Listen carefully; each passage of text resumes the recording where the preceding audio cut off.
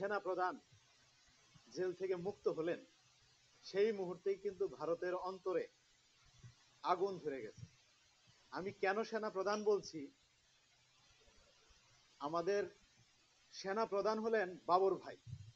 উনি হলেন এমন একজন সেনা প্রধান যার মাথায় ছিল দেশপ্রেম, যার মাথায় ছিল দেশের জনগণের প্রেম, এবং দেশকে সর্বোচ্চ জায়গায় পৌঁছানোর জন্য যা করতে হয় তাই তিনি করতেন।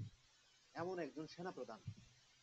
আজকে শহীদ প্রেসিডেন্ট জিয়াউর রহমানের 89তম জন্মবার্ষিকী উপলক্ষে আমি বলতে চাই, যুগে যুগে বাবর একটাই আসে, হাজারটা বাবর আসে না।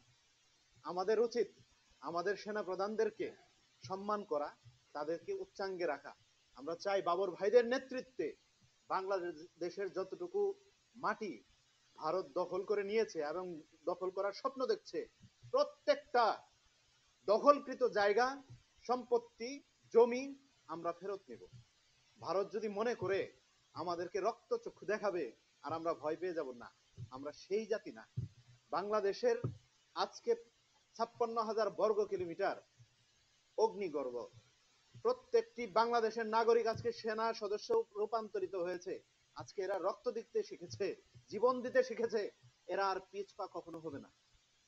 তাই ভারত যদি মনে করে মুই কি হুনুরে, আমি ধাক্কা দিলাম আমার গায়ে লাগে না কেন, আমরা পাল্টা আঘাত তখনই করব যখন বুঝতে পারবো যে এখন আর ভারতকে ছাড় দেওয়ার সুযোগ নেই। ভারত যদি গায়ে পড়ে ঝগড়া করতে আসে, ভারতকে দখল করা সম্ভব মাত্র 17 জনে।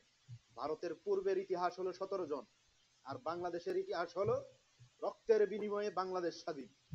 তাই দুইটি দেশের মধ্যে পার্থক্য রক্ত এবং 17 জনের পার্থক্য।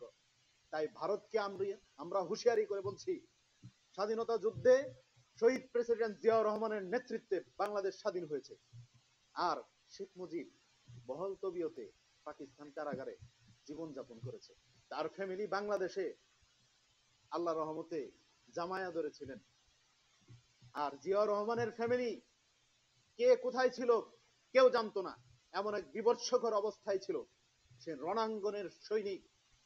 তাই বিএনপি, গণ অধিকার পরিষদ, লেবার পার্টি, জাকপাল সহ যারা আজকে রাজপথে আছে, প্রায় 42টার মতো দল, আজকে সকলেই একটি প্রেমে উজ্জীবিত, দেশপ্রেম, দেশপ্রেম, দেশপ্রেম। দ্বিতীয় কোনো অপশন নেই।